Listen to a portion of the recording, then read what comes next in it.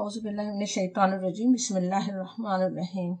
رب اشرح لی صدری ویسر لی امری واحلل عقدۃ من لسانی یفقہوا قولی۔ سورہ عنکبوت میں لوط علیہ السلام کا واقعہ ہم پڑھ رہے تھے۔ لوط علیہ السلام اپنے قوم کی اصلاح کی ساری کوششوں کے بعد اپنے رب سے فریاد کرتے ہیں۔ آیت 30 میں جیسے کہا گیا تھا، قال رب انصرنی، کہ اے رب میری مدد فرما، علی القوم المفسدین، مفسد قوم پر۔ اللہ کے نبی کب فریاد کرتے ہیں؟ جب پوری طرح اپنے تبلیغ کا حق ادا کر دیں، حجت پوری ہو جائے، قوم ثابت کر دے کہ اب اس میں کوئی رمق نہیں ہے، کسی ہدایت کو قبول کرنے کی کوئی اب ان میں گنجائش نہیں ہے، تب وہ اپنے رب سے مدد مانگتے ہیں اور پھر اس وقت پہ اللہ کی مدد آ جاتی ہے۔ اب یہاں پہ وہ بھی یاد کر لیں جو ہم پیچھے آیت 31 میں دیکھا ہے کہ فرشتے پہلے ابراہیم علیہ السلام کے پاس پہنچتے ہیں، انہیں بیٹے کی خوشخبری سنانے کے بعد بتاتے ہیں کہ ہم اس بستی یعنی قوم لوط جہاں بستی تھی اسے ہلاک کرنے والے ہیں۔ اس وقت پھر ابراہیم علیہ السلام فرماتے ہیں، آیت 32 میں کہا جا رہا ہے، قالا، کہا انہوں نے، کس نے؟ ابراہیم علیہ السلام، یہ فرشتوں سے کہہ رہے ہیں، انا، بے شک، فیہا، اس میں، لوط ہے، کہ اس میں لوط علیہ السلام بھی ہیں۔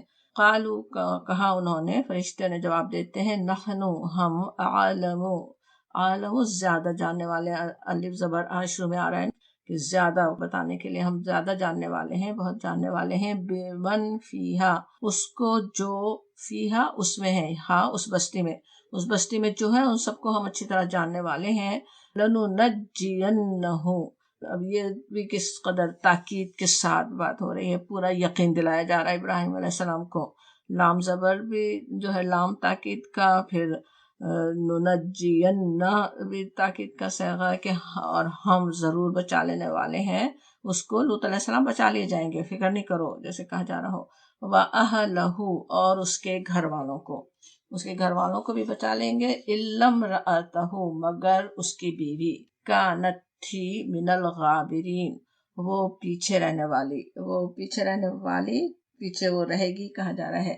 غبرہ سے غابرین، غبرہ مطلب اس کا ہوتا ہے کہ جیسے جو چیز پیچھے رہ جائے، الغابر ساتھیوں کے چلے جانے کے بعد جو پیچھے لوگ رہ جائیں۔ غبار کا لفظ اردو میں بھی ہم اسی سے استعمال کرتے ہیں، مٹی اڑنے کے بعد جو گرد و غبار پیچھے رہ جائے، قافلہ گزر رہا ہو، وہ آگے گزر گیا، پیچھے جو مٹی اڑ کر اس کا غبار جو پھیل جاتا ہے اسے غبار کہا جاتا۔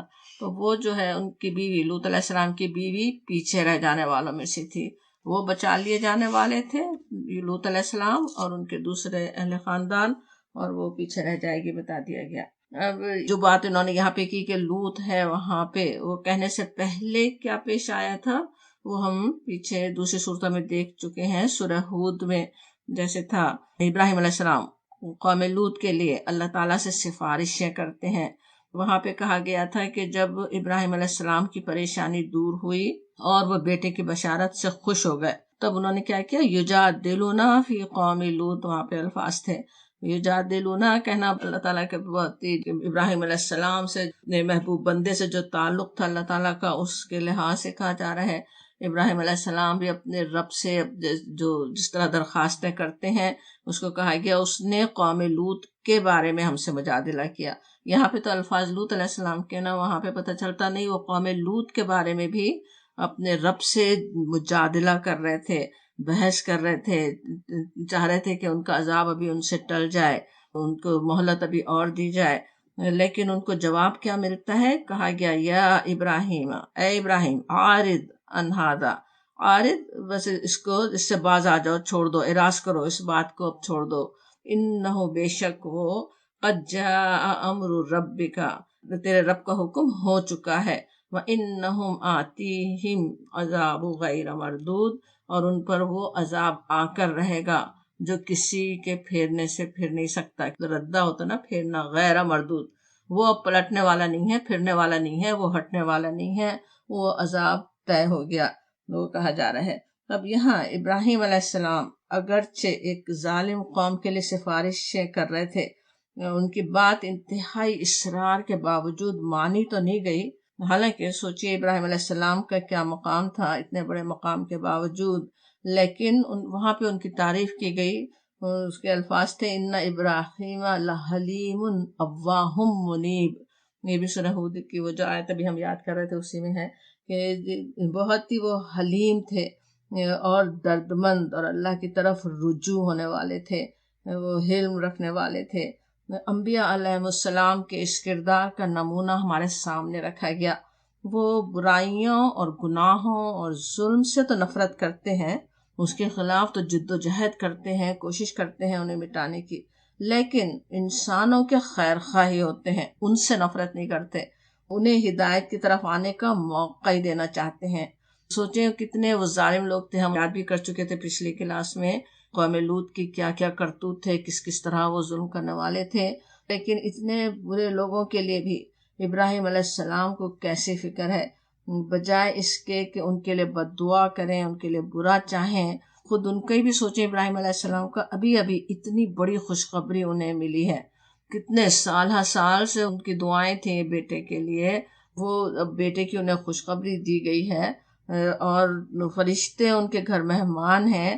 نہ صرف بیٹے کی بلکہ پوتے کی بھی، پیچھے ایک بہترین نسل کی ایک طرح سے انہیں بشارت دی گئی تھی، لیکن اس میں سرشار ہونے کے بجائے وہ اس ظالم قوم کے لیے فکر مند ہے، اس کے لیے مجادلہ کر رہے ہیں اپنے رب سے، ان کے لیے وہ جھگڑا کرتے ہیں. اسی لیے تعریف ہوتی ہے کہ وہ کیسے الحلیم اواہ منیب تھے ابراہیم علیہ السلام. اور جب فرشتے انہیں بالکل ہی مایوس کر دیتے ہیں کہ بس اب کچھ نہیں ہو سکتا، اللہ کا فیصلہ آ چکا، تب وہ یہ بات کہتے ہیں جو جس الفاظ سے شروع ہو رہی ہے، قال ان فیہا لوط، کہ وہاں تو لوط بھی ہے. جواب فرشتے کیا دیتے ہیں؟ ہاں ہم جانتے ہیں، قالوا عالم، ہم بہت جانتے ہیں جو اس میں ہے، اس بستی میں جو بھی ہے ہم سب کو جاننے والے ہیں. اب حضرت ابراہیم علیہ السلام کو کیسا زبردست اطمینان دلایا گیا، جو اس میں ہم نے دیکھا الفاظ میں لَنُنْجِيَنَّهُ کے لفظ میں، اور ڈبل تاکید کے ساتھ انہیں ہم ضرور نجات دینے والے ہیں، اور اس کے گھر والوں کو. اور صرف گھر والوں کے بچانے کی بات آتی ہے یہاں پہ، کیونکہ پوری بستی میں کوئی اور مسلمانوں کا گھر ہی نہیں تھا. جیسے سورہ الذاریات کی آیت 35 اور 36 میں کہا گیا فَأَخْرَجْنَا مَنْ كَانَ فِيهَا مِنَ الْمُؤْمِنِينَ، پھر ہم نے ان لوگوں کو نکال لیا جو اس بستی میں مومن تھے. فَمَا وَجَدْنَا فِيهَا غَيْرَ بَيْتٍ مِّنَ الْمُسْلِمِينَ، اور وہاں ہم نے ایک گھر کے سوا کوئی مسلمانوں کا گھر نہیں پایا.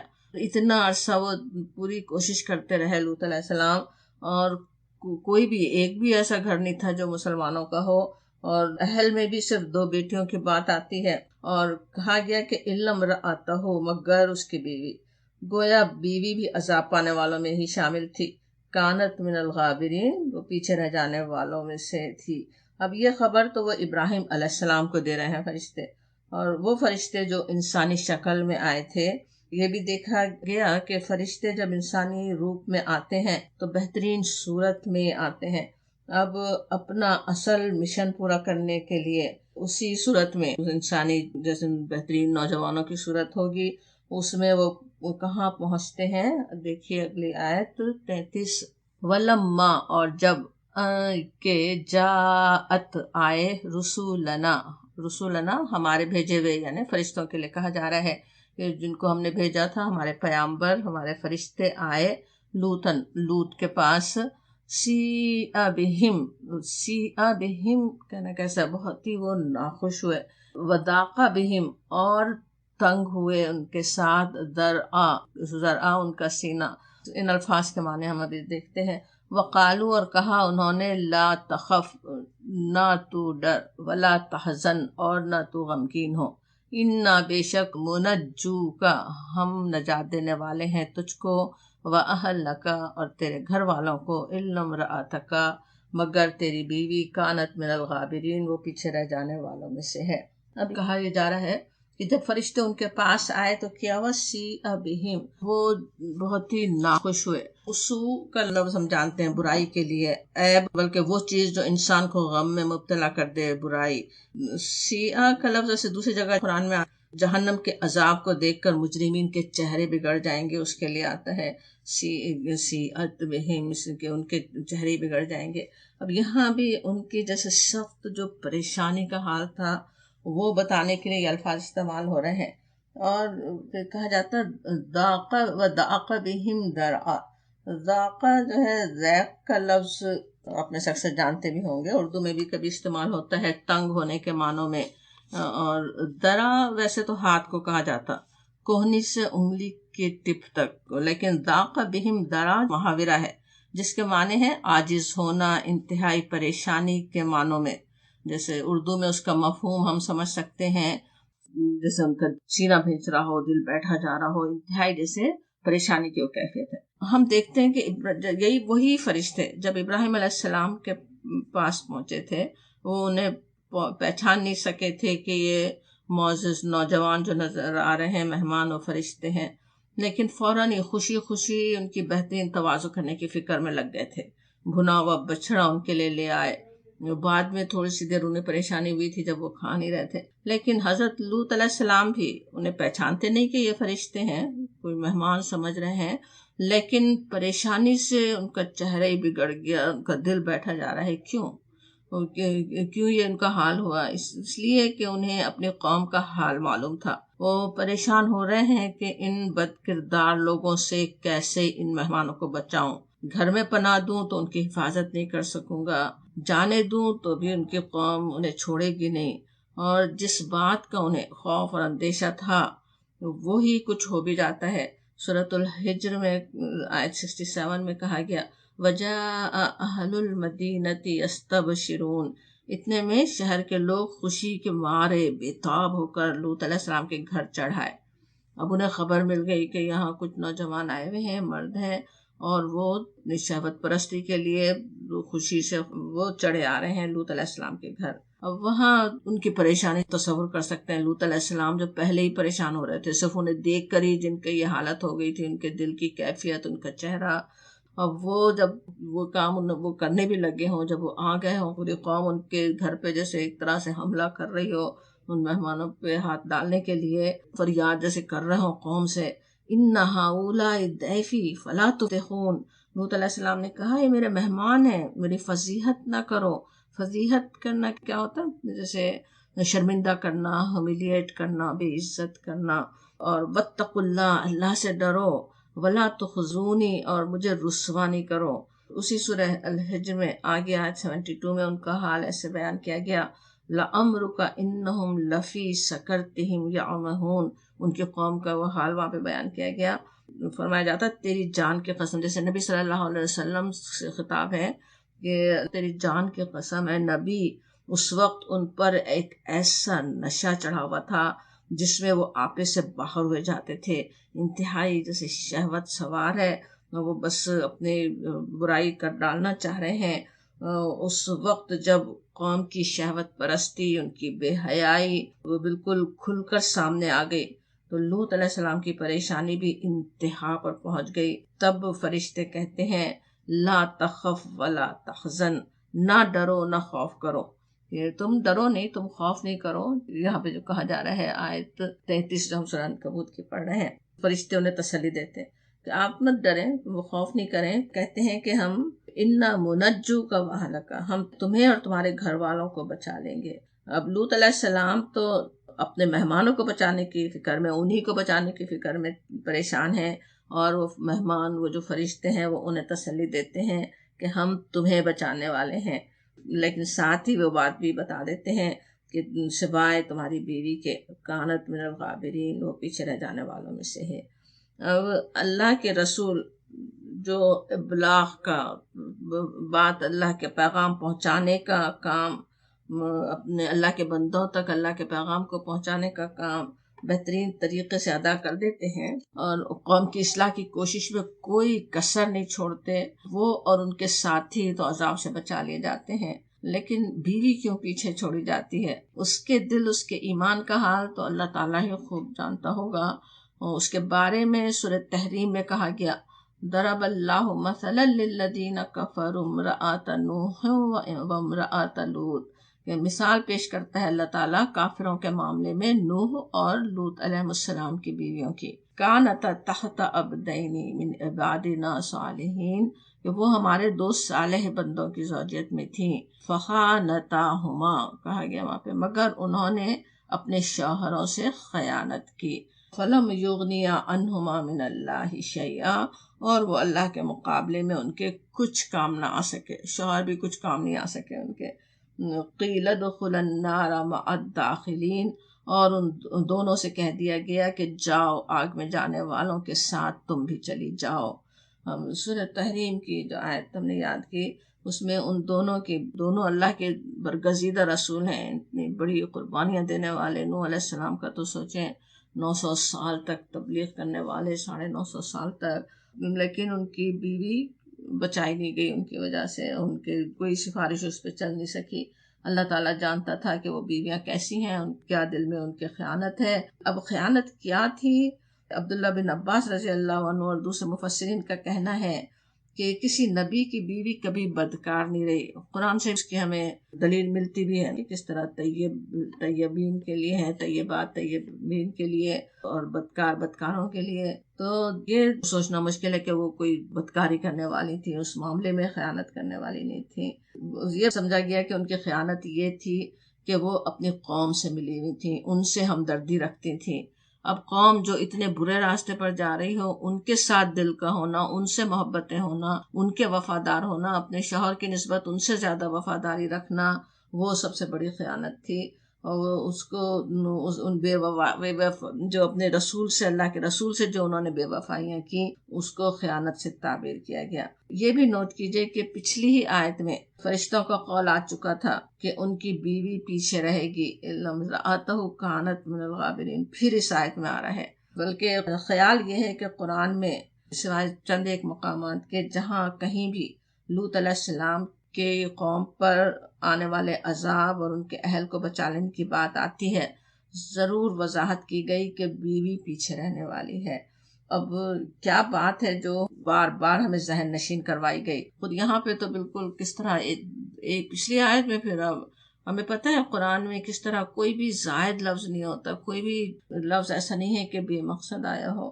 بار بار اس کا ذکر ہونا ان کی بیوی کا کہ وہ پیچھے رہ جانے والی ہے، یقیناً ہمیں کچھ بات یاد دلائی جا رہی ہے، ہمیں کوئی بات ذہن نشین کروائی جا رہی ہے. سورہ تحریم کی آیت تو شروع اس سے ہوتی ہے کہ ضرب اللہ مثلا للذین کفروا، کہ اللہ تعالیٰ کافروں کے لیے مثال پیش کرتا ہے. کفار جو دوسری ہستیوں کی شفاعت کے بھروسے پر آخرت سے غافل بیٹھے ہیں. اس وقت کا بھی یاد کریں کفار قریش کا کیا تھا، کس طرح وہ جیسے مختلف اولیاء اللہ کے فرشتوں کے نام کے ہوتے ہیں نا، بت دیویاں، اور ان پر بھروسے رکھتے ہیں کہ وہ سفارش کر دیں گے، وہ ہماری آخرت بنا دیں گے. ان سب سے کہا جا رہا ہے، ان کفار سے بھی کہا جا رہا ہے کہ ان دوسری ہستیوں کی شفاعت کے بھروسے پہ بالکل جو آخرت سے غافل ہوں اس کے لیے خود تیاری کرنے، عمل کی فکر کرنے کے بجائے. اور تمام انسانوں کو بھی بتایا جا رہا ہے، ہم سب کو بھی بتایا جا رہا ہے، مسلمان بھی اگر کسی اور پہ کے بھروسے پر ہوں کہ وہ اس کی وجہ سے بس بخشش ہو جائے گی، عمل کی فکر نہیں ہو، تو ان سب کو بتایا جا رہا ہے کہ اللہ کے اس قدر برگزیدہ رسول بھی، اس قدر قریبی رشتہ رکھنے والی بیوی تک کو بھی آگ میں جانے یا دنیا کے عذاب سے بچا نہیں سکے. نوح علیہ السلام کے تو بیٹے کی بھی بات ہم جانتے ہیں، بیٹے کے لیے بھی وہ سفارش تو کرنا دور کی بات ہے، ابھی زبان جیسے کھولتے ہی ہے کہ وہاں ڈانٹ پڑ جاتی ہے کہ اس کے بارے میں بات کرنے، بیٹے کے لیے کوئی بات کرنے کے لیے. حضرت ابراہیم علیہ السلام کے باپ کی مثال بھی ہمیں پتہ ہے، آپ ان کو بھی روک دیا گیا ان کے اس لیے استغفار بھی کرنے سے. نبی کریم حضرت محمد صلی اللہ علیہ وسلم کے چچا ابو طالب کی، جو آپ کا اتنا ساتھ دینے والے بھی تھے، لیکن ایمان کے بغیر کوئی عمل بھی کام نہیں آتا. نبی صلی اللہ علیہ وسلم نے تو اپنی زبان سے بھی ایک ایک رشتے کا نام لے کر فرما دیا تھا کہ اے میری بیٹی فاطمہ، میری پھوپھی صفیہ، تم اپنے آپ کو آگ سے بچانے کی فکر کر لو، میں قیامت کے دن تمہیں نہیں بچا سکوں گا. یہ نبی صلی اللہ علیہ وسلم کے الفاظ ہیں.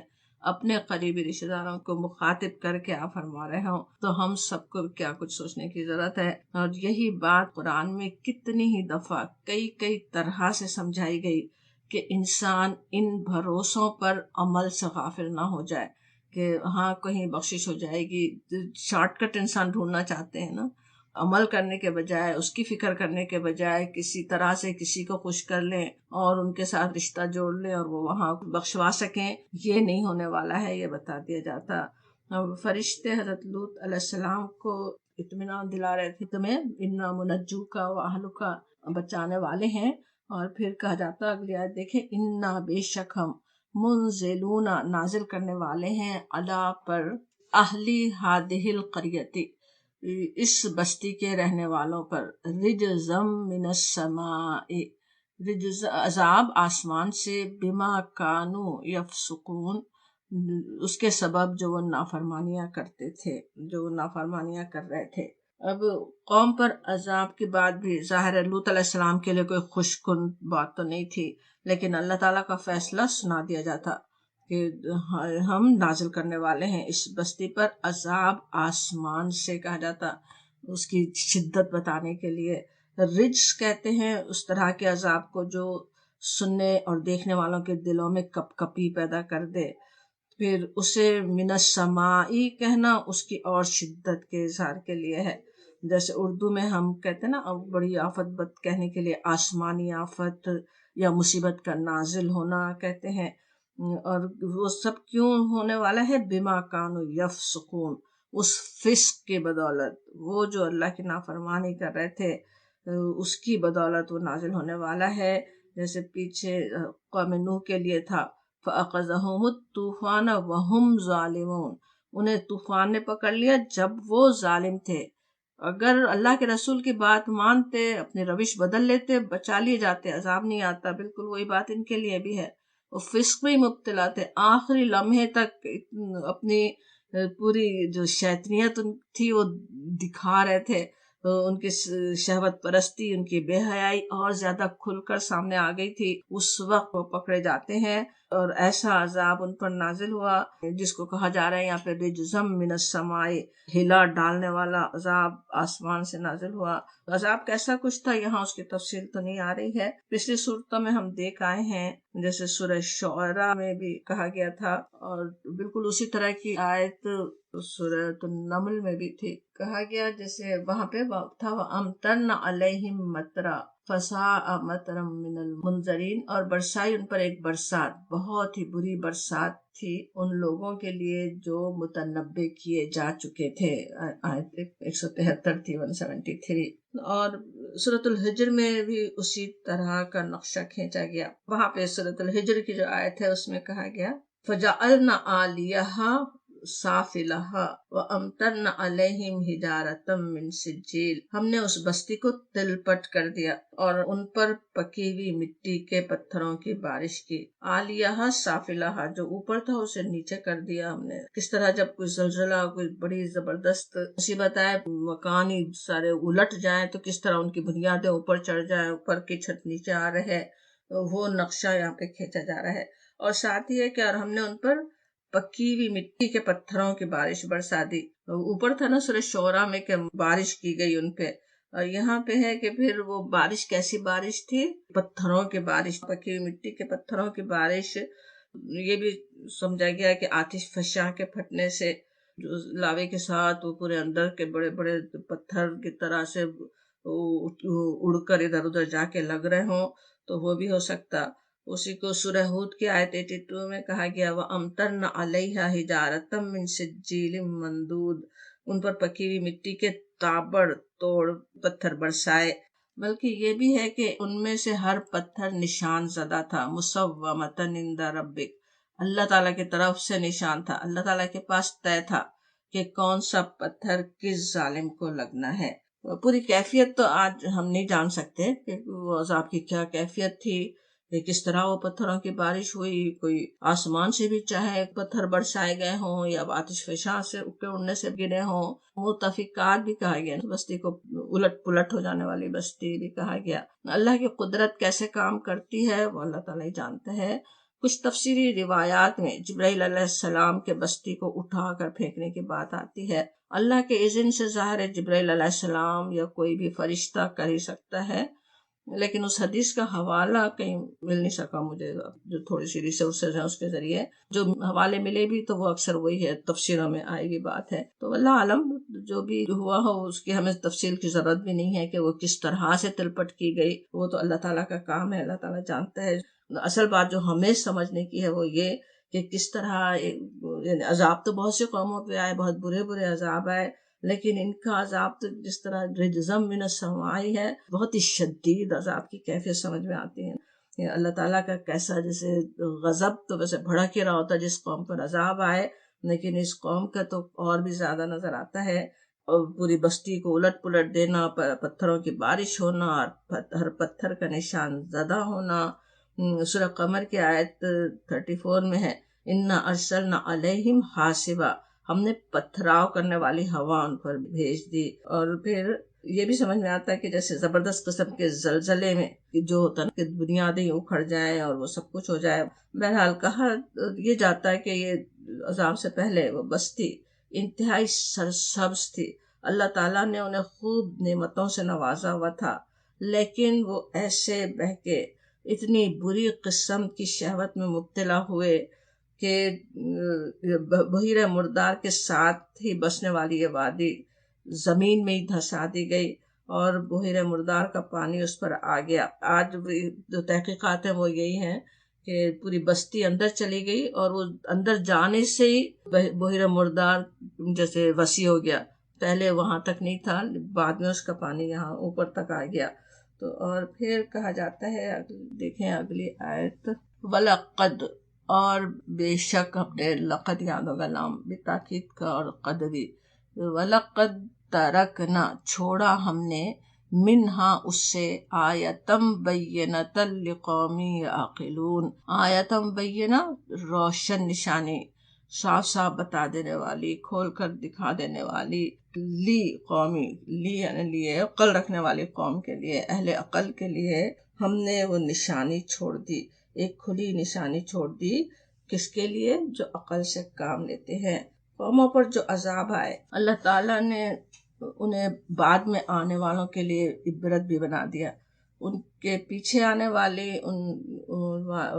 ان کے جو بعد میں آئے ان قوموں کے آثار سے عبرت پکڑ لیں، گناہوں میں مبتلا ہو کر خود عذاب بھگتنے کے بجائے اس سے عبرت پکڑیں، اس تاریخ سے عبرت حاصل کریں، ان واقعات کو دیکھیں، نشانیاں چھوڑ بھی دی گئیں۔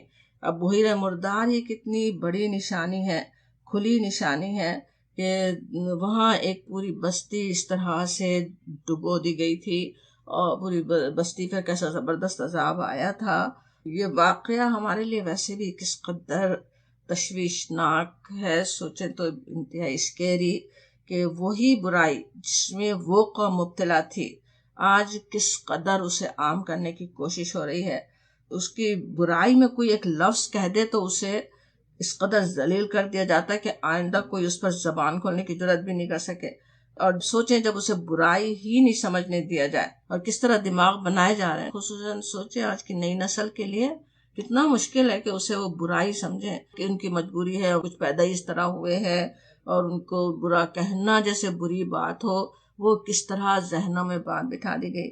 جب برائی کو برا نہیں سمجھیں تو پھر ہمیں پتہ ہے کیا نتائج نکلتے ہیں، اس برائی میں مبتلا ہونا کتنا آسان ہو سکتا ہے، ایمان کا درجہ ہی نہیں رہتا، ایمان ہی نہیں ہے۔ اگر برائی کو دل میں برا سمجھیں تو وہ ایمان کا کمزور ترین درجہ ہے، اور جب برائی نہیں سمجھیں تو پھر تو ایمان ہی نہیں رہا۔ کتنی زیادہ ہمیں ڈرنے کی بات ہے، جیسے اللہ کے غضب کو، اللہ کے عذاب کو دعوت دی جا رہی ہو۔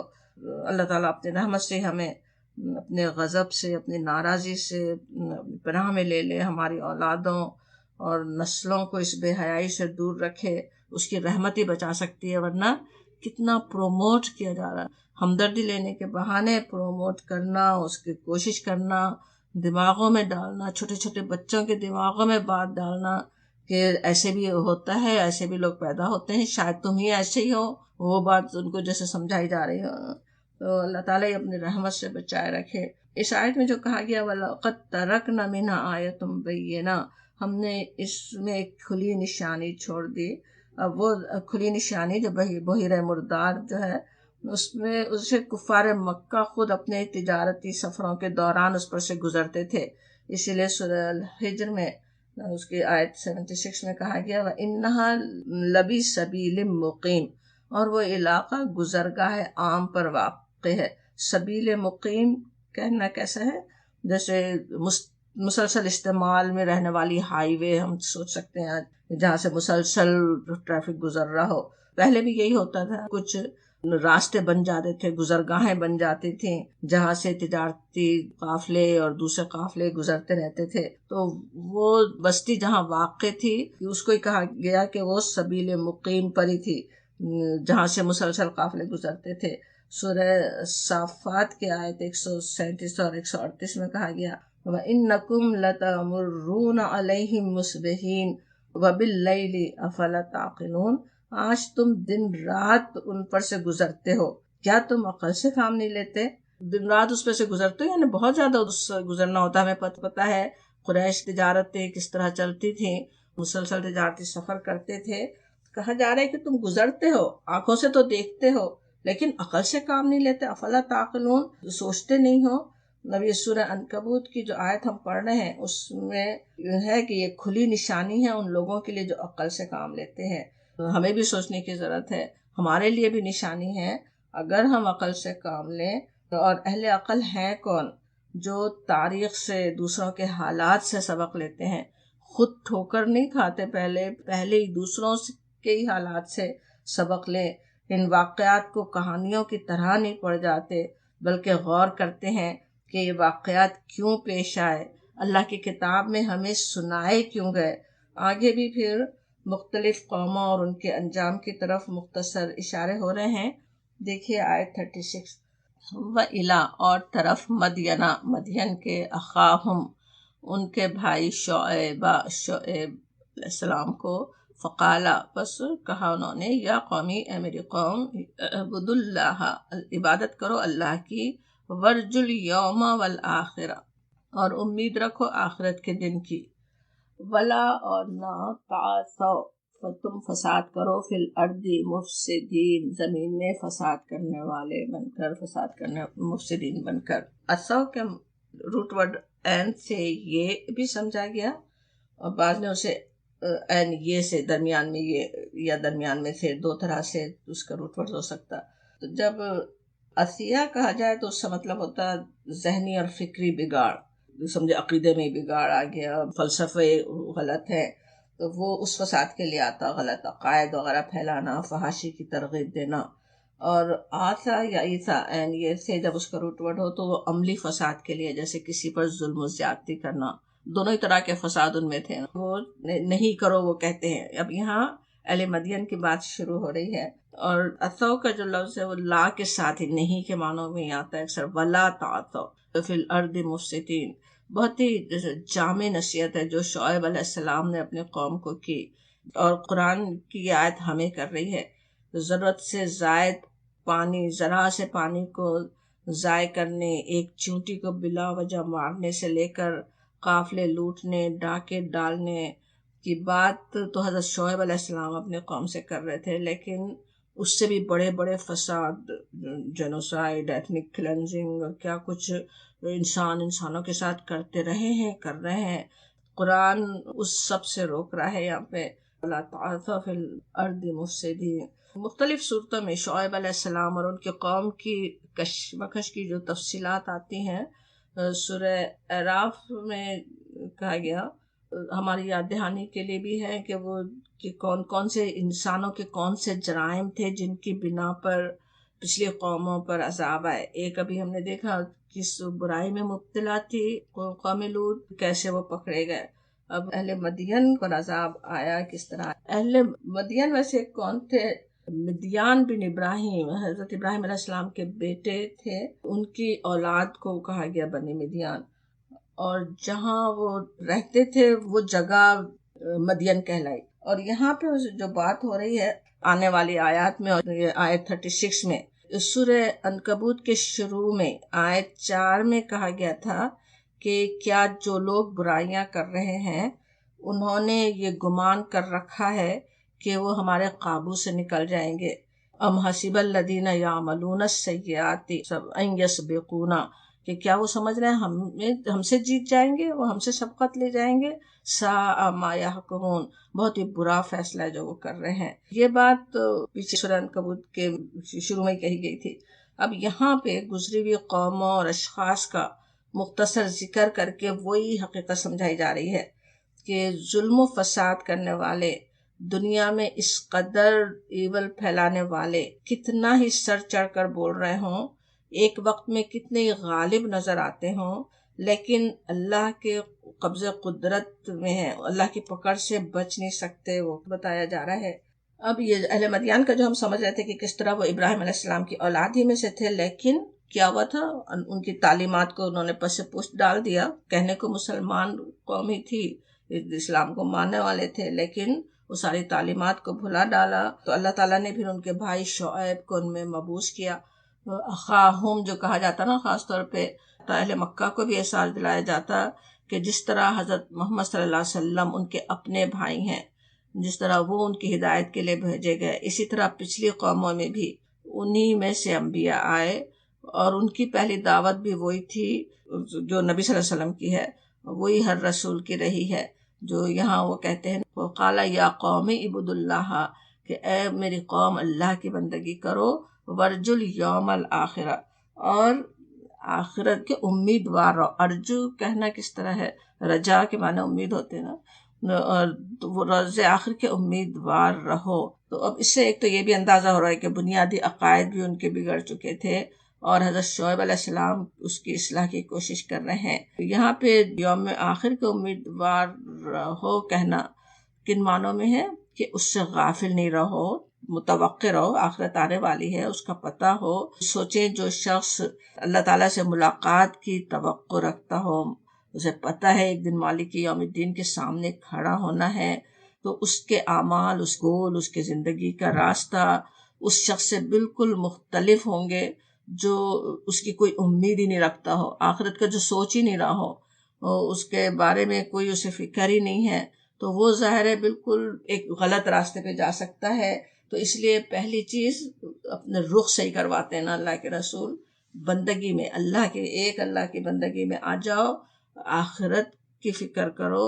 اور پھر کہتے ہیں وَلَا تَعْثَوْا فِي الْأَرْضِ مُفْسِدِينَ، زمین میں فساد نہیں پھیلاتے پھرو.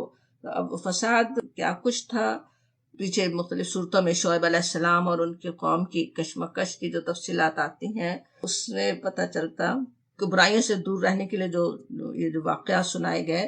سورہ اعراف کی آیت 85 میں حضرت شعیب علیہ السلام اللہ کی بندگی کی طرف بلانے اور شرک سے روکنے کے بعد کہتے ہیں قد جاءتکم بینۃ من ربکم فاوفوا الکیل والمیزان، تمہارے پاس تمہارے رب کی طرف سے صاف صاف رہنمائی آ گئی ہے، لہٰذا وزن اور پیمانے پورے کرو. اب یہ بھی ہمیں پتہ ہے کہ ان کے تجارت خوب چمک رہی تھی، یہ بھی ہمیں پتہ ہے قریش کی بھی تجارت چمک رہی تھی نا، لیکن ان کی تو اور زیادہ بہترین تجارت سے وہ فائدے اٹھا رہے تھے، اور اس میں بے ایمانیاں بھی کر رہے تھے. ان بے ایمانیوں سے وہ روکتے ہیں شعیب علیہ السلام فَأَوْفُوا الْكَيْلَ وَالْمِيزَانَ، کہ وزن اور پیمانے پورے کرو، وَلَا تَبْخَسُوا النَّاسَ أَشْيَاءَهُمْ، اور لوگوں کو ان کی چیزوں میں گھاٹا نہ دو، ان کنتم مومنین، اگر ہو تم مومن.